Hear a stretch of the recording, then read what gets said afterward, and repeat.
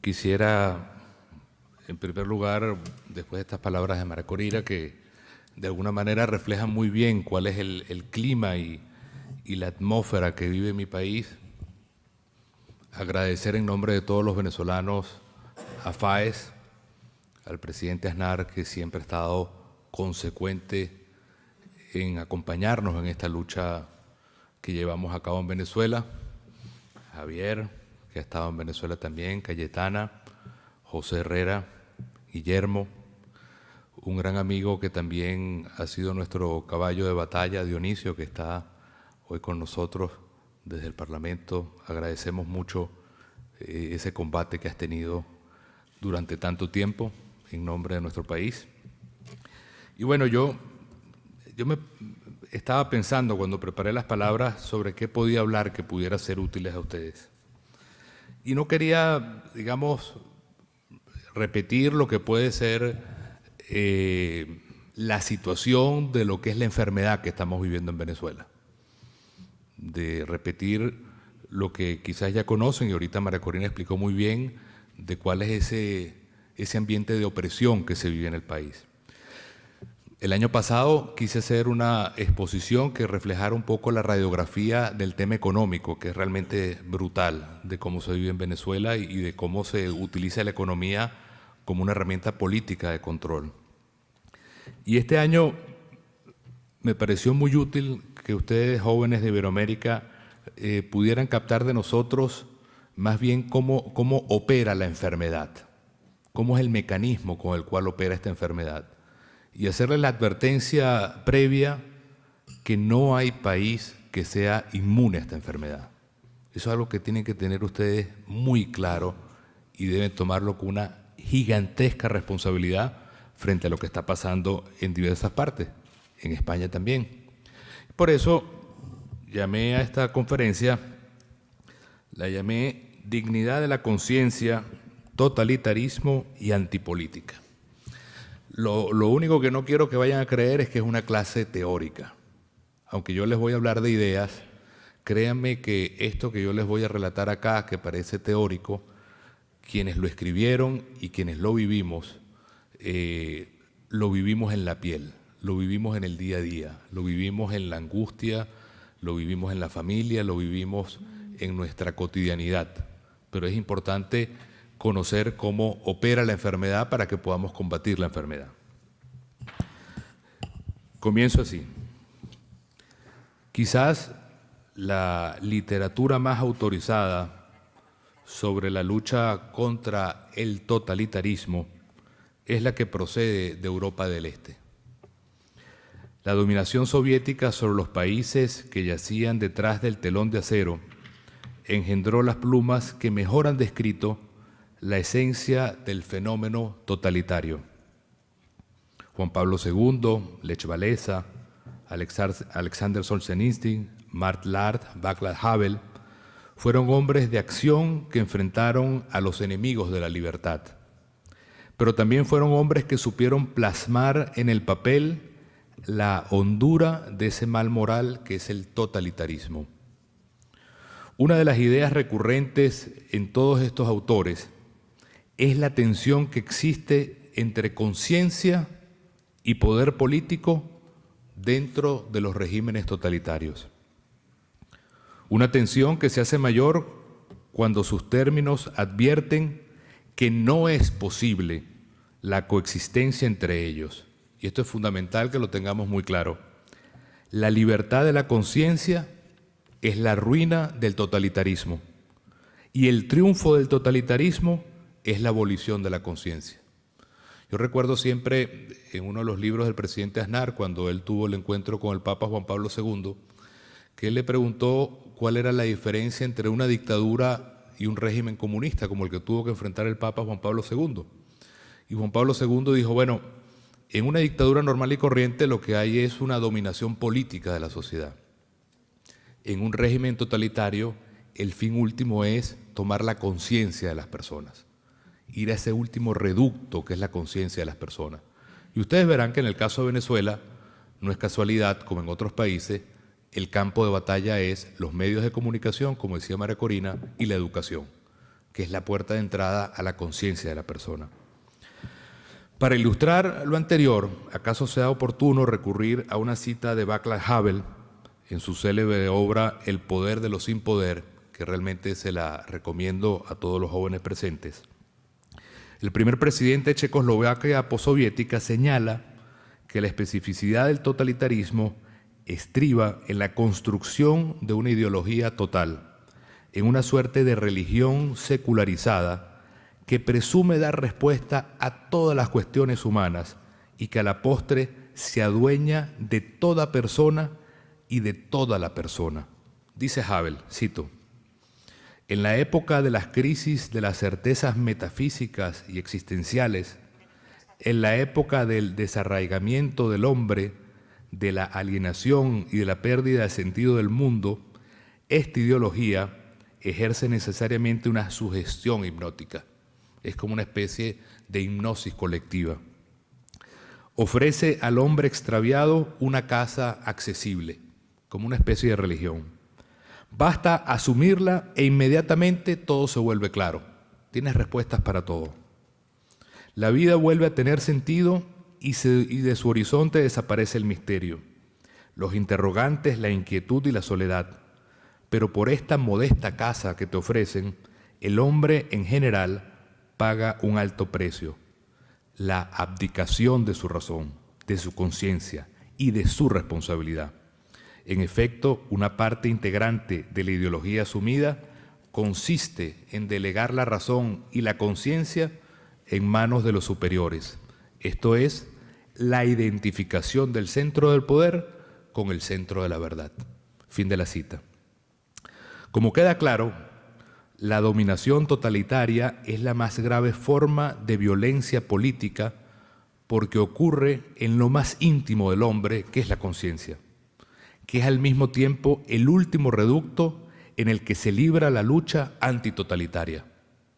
Sobre esto volveré más tarde, pero por ahora basta decir que la lucha contra el totalitarismo es una lucha por la dignidad de la conciencia. No es casualidad que Juan Pablo II también haya dicho miles de veces que de todos los derechos humanos, la piedra angular es precisamente la libertad de conciencia. Allí es donde se produce finalmente la batalla final contra el totalitarismo.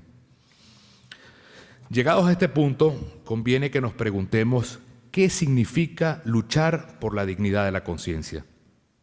La respuesta también la encontramos en Europa del Este y significa algo muy concreto. Significa vivir sin la mentira. En 1973, poco antes de ser arrestado y enviado al exilio por parte del aparato de represión soviético, Alexander Solzhenitsyn escribió un ensayo titulado precisamente así, Vivir sin la mentira. Son apenas 3 páginas que por favor les pido que en algún momento dado las busquen en la internet.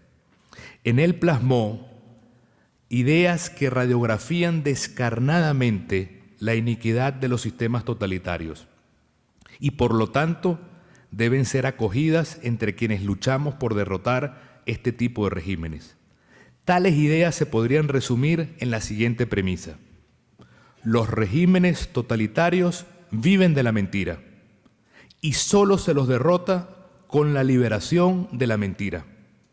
Y la salida más simple y más accesible a la liberación de la mentira consiste, como afirma Solzhenitsyn, en ninguna colaboración personal con la mentira, porque cuando los hombres renuncian a mentir, la mentira sencillamente muere.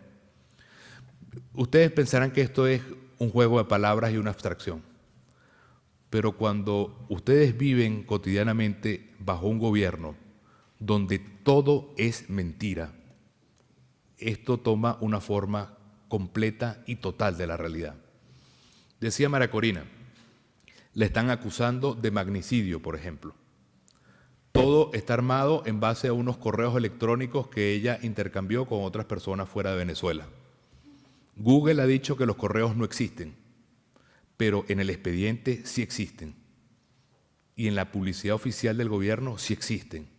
y en las televisoras estatales y radiales del gobierno son transmitidos todos los días, y para los venezolanos que siguen al gobierno existen, y por lo tanto se convierte en una dura realidad que va configurando la propia existencia de la sociedad.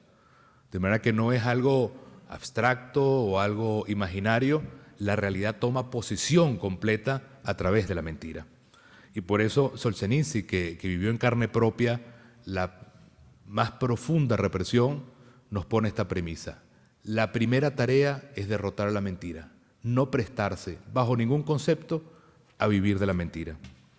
En este mismo sentido, hay un discurso que hace Václav Havel, que lo dirigió a la comunidad en Miami de los cubanos, no sé si Carlos Alberto lo conocerá, que se llama El rey está desnudo.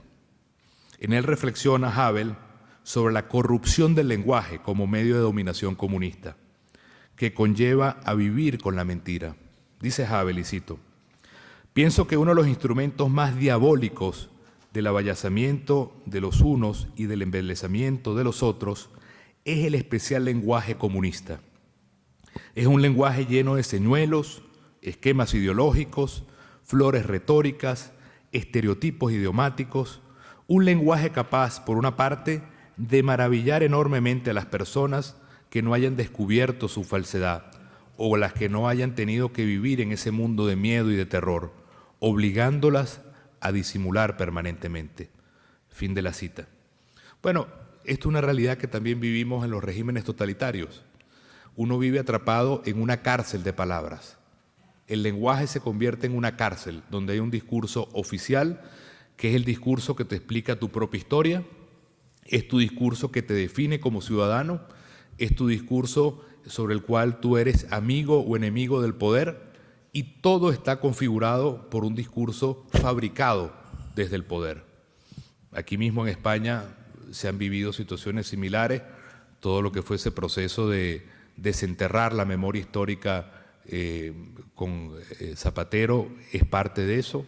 En el caso de Venezuela, la etiqueta que te ponen de si tú eres revolucionario o antirrevolucionario es simplemente utilizar el lenguaje como una manera de estigmatizar la propia configuración de la explicación de tu historia, donde Maduro ayer mismo dijo que este magnicidio que quiere hacer María Corina no es otra cosa que una continuación del intento de asesinato que quisieron hacer de Bolívar hace 2 siglos. De manera que todo es una verdadera ensalada, pero con un sentido perverso, que es desmantelar la historia, desmantelar el lenguaje para convertirlo simplemente en lenguaje político y atrapar al ciudadano.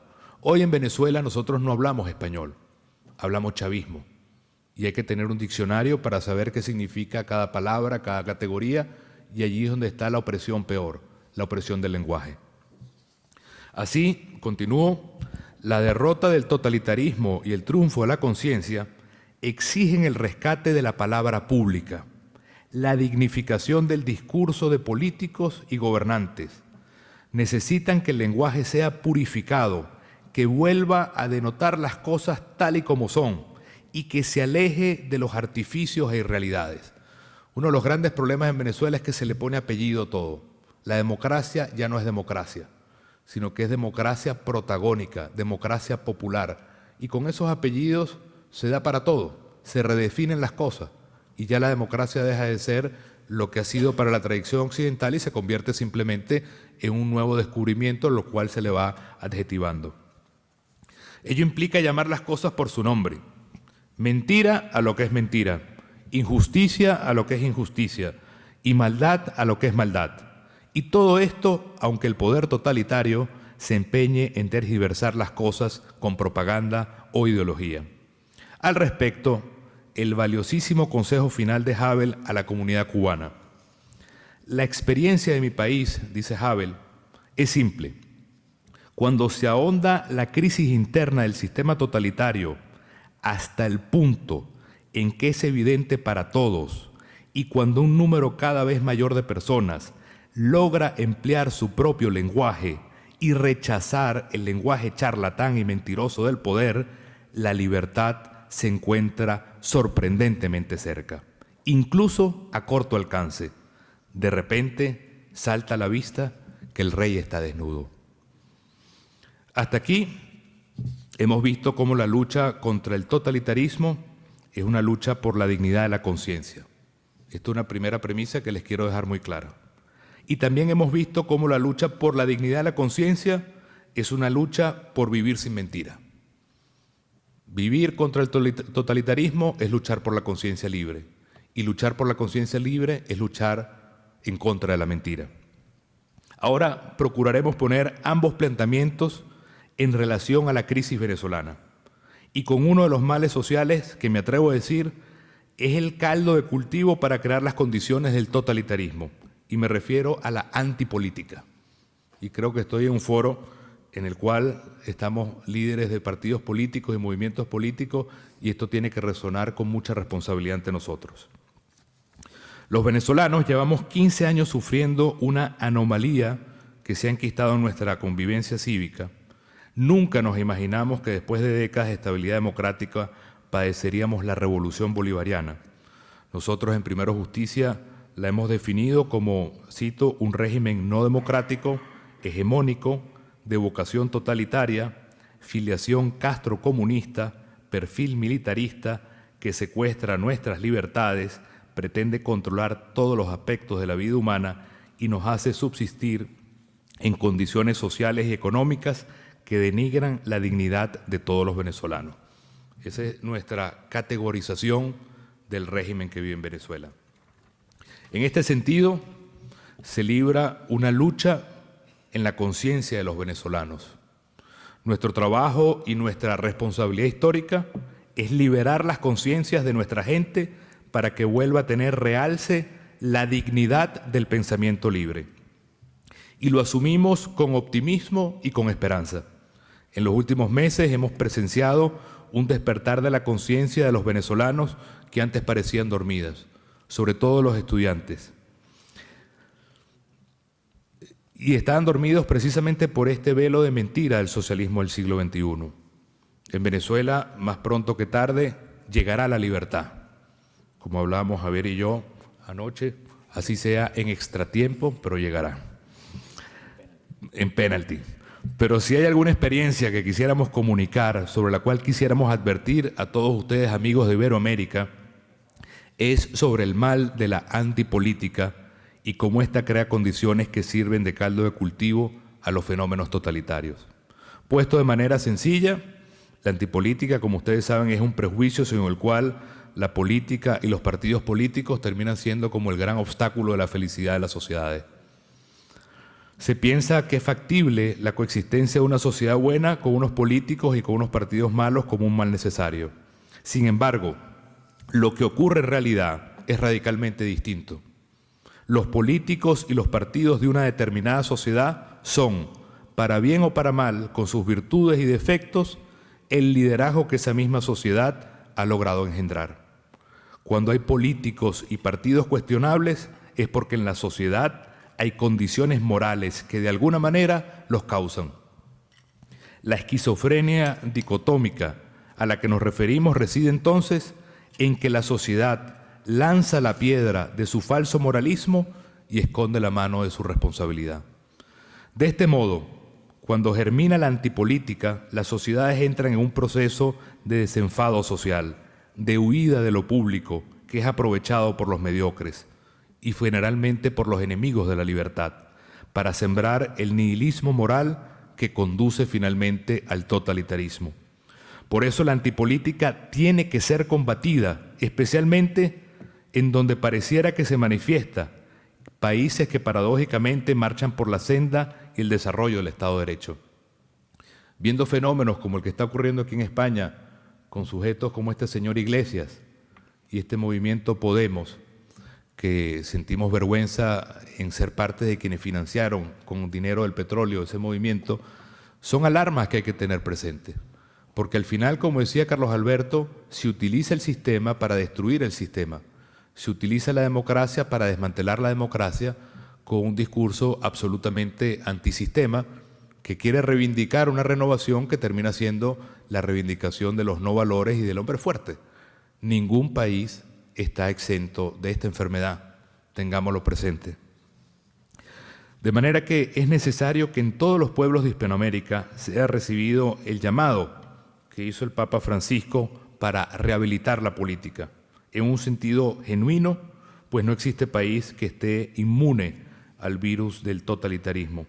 Como lo ha expresado el Papa Francisco, cito, la política tan denigrada es una altísima vocación, es una de las formas más preciosas de la caridad, porque busca el bien común. Tenemos que convencernos que la caridad no es solo en principio de las microrelaciones como la amistad, la familia o el pequeño grupo, sino también de las macrorelaciones como las relaciones sociales, económicas y políticas. De manera que el Papa Francisco, paisano de Guillermo, por supuesto, nos da esta misión y nosotros tendremos que entender desde Iberoamérica que a las puertas de la libertad, a las puertas de la libertad de la conciencia, nos aguardan millones de personas en esta lucha que tenemos que dar por la dignidad humana, por la libertad y por la justicia. No los hagamos esperar. Muchas gracias.